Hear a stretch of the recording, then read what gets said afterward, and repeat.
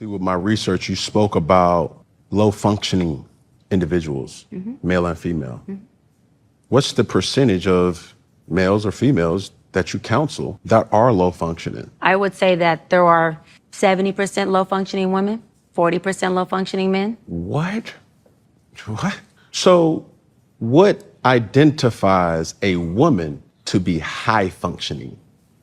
A high functioning woman is a woman who wants you.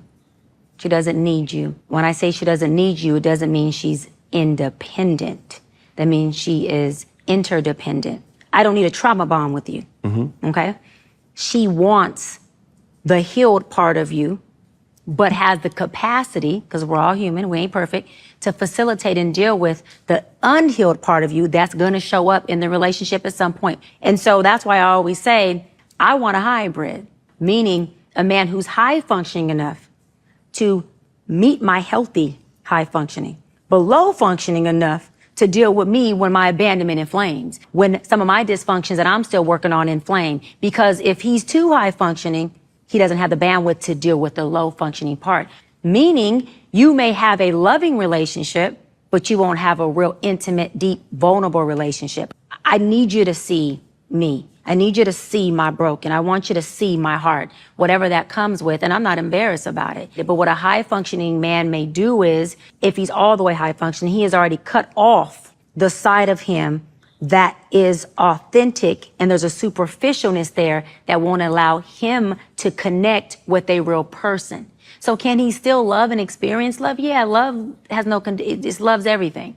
But will he experience the depth of some of the wholeness of love, meaning the down, the up, the ugly, the heaven, the hell mom was talking about? No. Trauma bonds usually feel like the most intense, in love, deepest relationships, because you got two at the epitome of vulnerability, pain pocket people who are bonding. And most people who are low functioning are exactly who they are. They're low for their pain, their trauma. They gonna flee, they gonna scream, they gonna hit, they gonna do whatever comes up. There's no awareness, there's no stop, there's no nothing. I'm triggered, I'm inflamed, we just go, let's tear this thing up. High functioning only means, Cam, that I feel them same feels. I still feel, excuse my language, you got me fucked up. I'm ready to go there. I'm flamed, I'm triggered. And high functioning means I can regulate those emotions and say, right now, I'm ready to rip this man's head off. Right now, he got me all the way fucked up. Okay. So how do I relay that message to him where it's going to be respectful, it's going to be non-combative, and I'm going to disarm him while he still knows you got me fucked up? And that right there, real quick, that right there is how wealthy men get their women taken by non-wealthy men. They don't want to deal with all that quote unquote low vibrational behavior. And then here comes, what's the word? Pookies and Ray Rays. This loves that lives in that. Grab you by the throat, give you what you need. I know what you need. That type of stuff. That a high functioning man, he's not. This is ghetto ass shit. You punching holes in the wall. No, there's a guy that lives there. There's a guy that's in an apartment now with a bunch of holes in his walls. That's honored to deal with that type of nonsense. Go ahead, Cookie. The fact that both of these men had to ask her what a high functioning woman is just made this whole conversation redundant, because it's very clear they've been surrounded by chicken heads their whole life, and that's unfortunate. That's what they're used to. That's what they're making babies with, and it's a continuous cycle of stupidity. Like literally, Nick Cannon is like, "What's about with his goofy ass? What's a high functioning woman?" Cam Newton's trying to be serious. Well, what's a high functioning woman? What do you mean?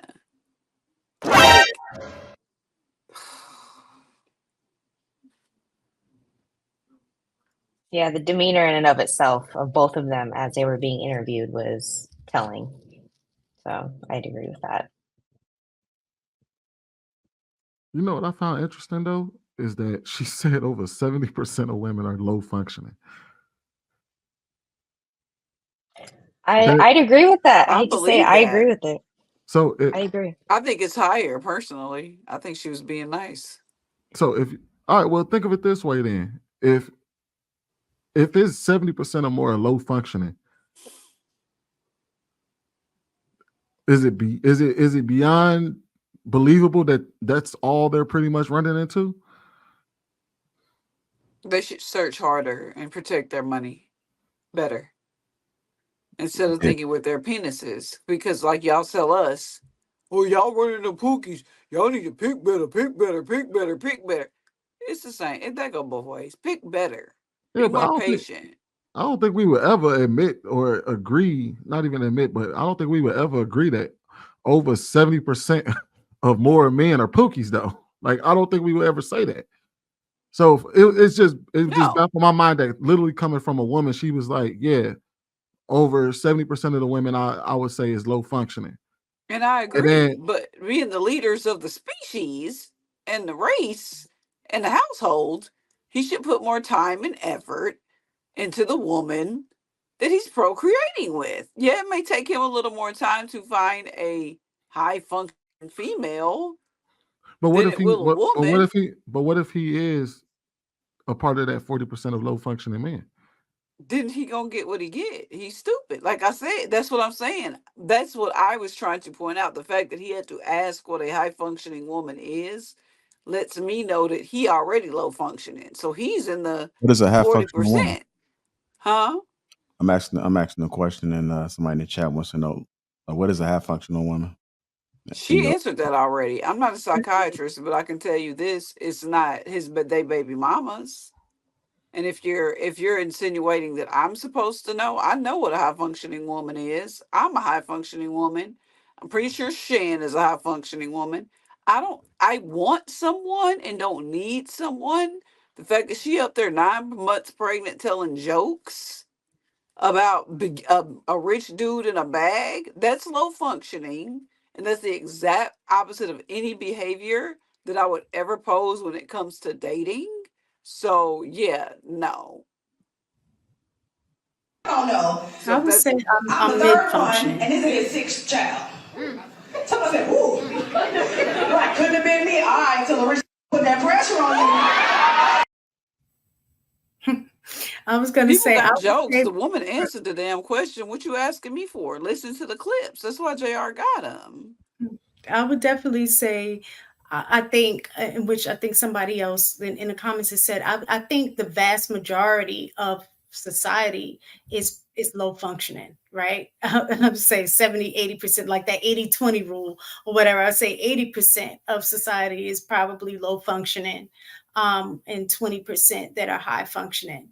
I think what happens is people mistake wealth for high functioning. And those are two different things. You can be wealthy, like Nick Cannon. I think he is wealthy, but like she pointed out, he is low functioning. And he himself basically, gave an example of how he functions on a low vibrational level. I would say for me, I can definitely see that I moved from, lower class functioning to like now I'm at mid-level, because I will always say that I'm a work in progress. So I can see where I have definitely grown, but there are definitely areas for me that needs more growth. But I think the thing is that most people, what she explained is that you won't even attract certain people depending on what level you are on. You just can't, because if you're high functioning and you see everybody that like other people, you're able to see low functioning, right?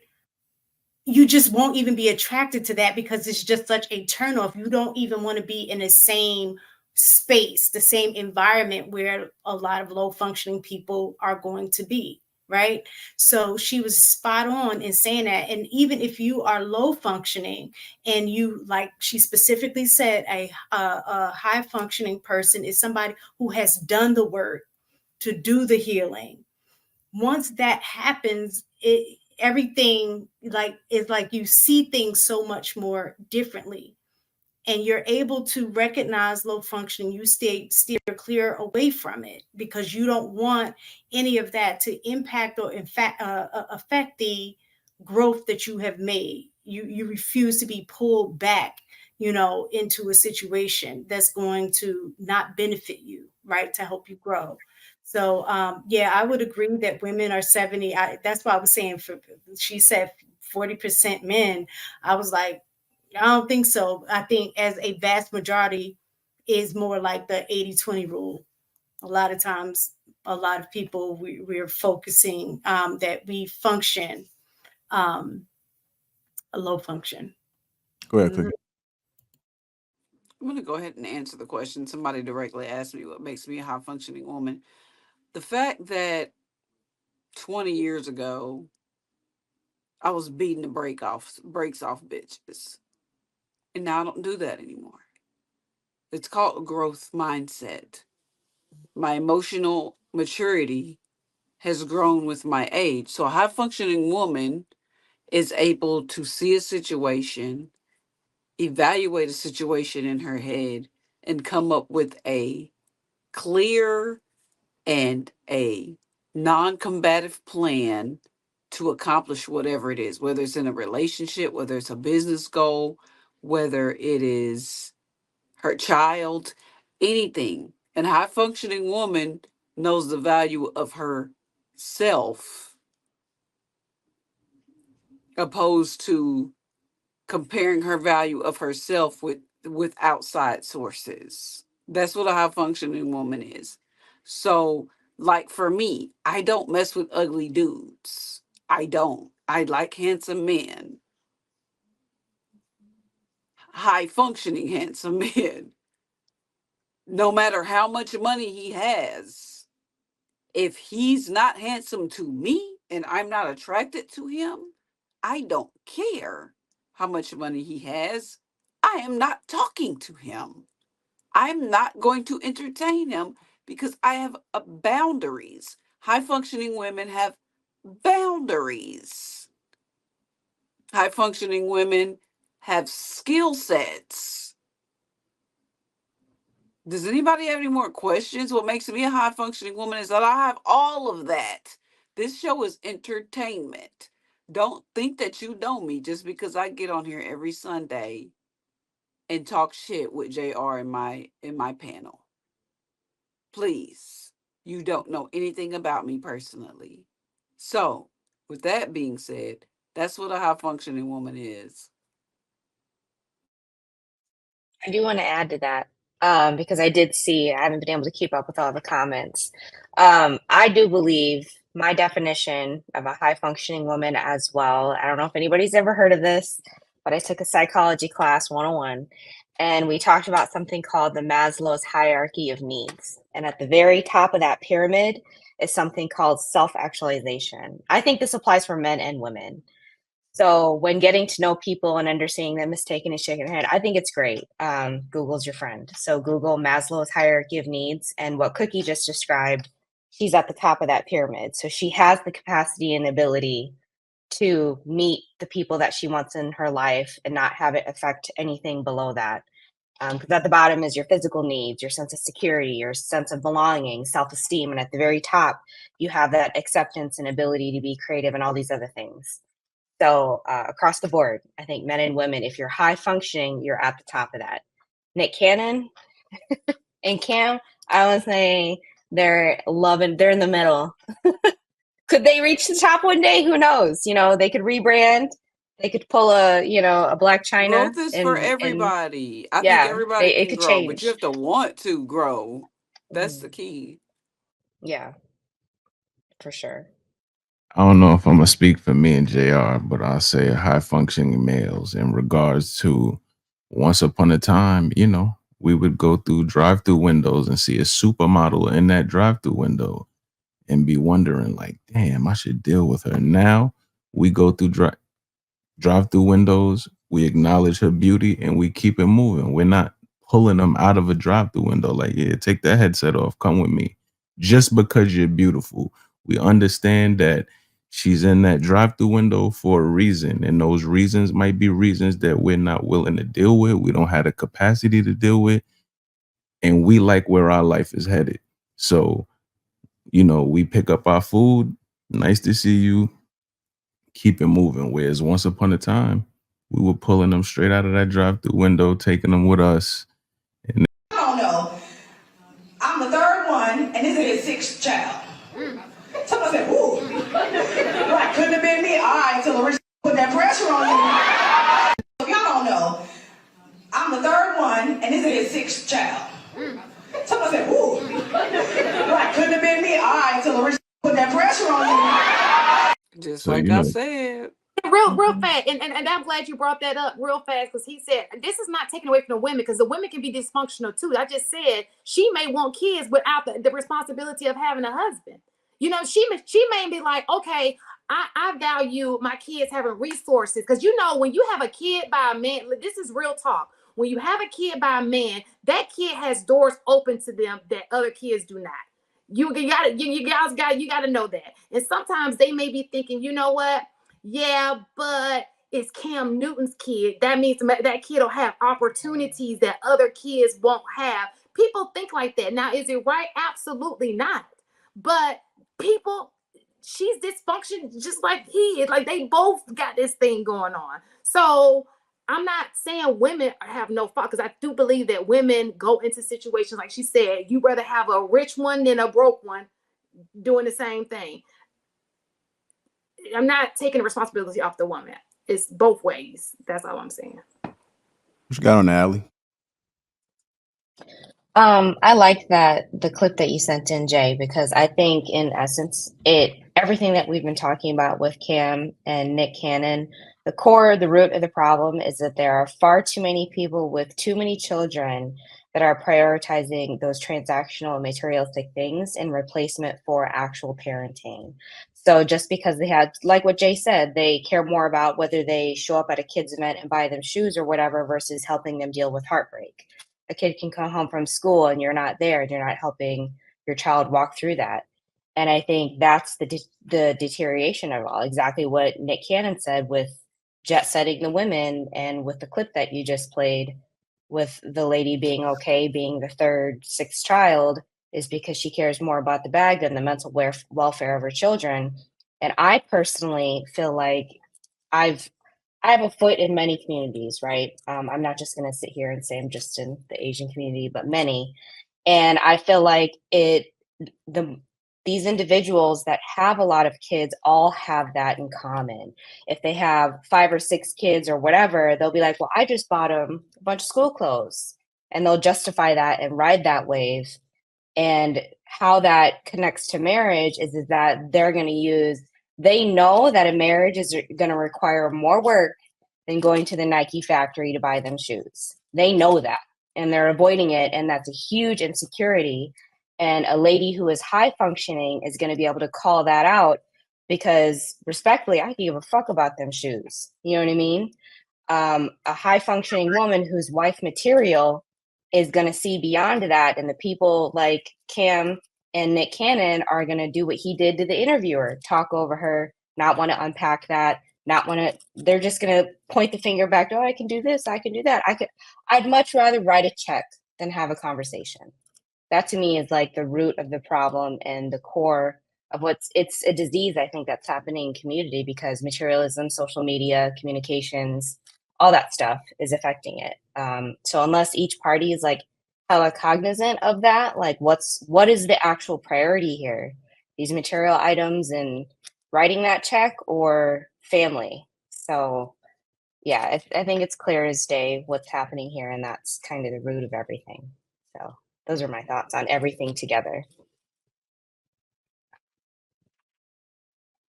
All right. Let me play this clip. Smitty, you got anything, right? Yeah, I was just gonna say that Nick Cannon pretty much explained exactly his mindset going into the situation. There is no rhyme or reason why he has all these children. He just basically said it. Yeah, I can come in, I can tell a woman whatever she want to hear and all of that, and then when I get in there, bam, toxic Nick pops out. Which basically, what he was saying is that he's not as serious about the women that he chooses, and he's not looking at these women as long-term solutions.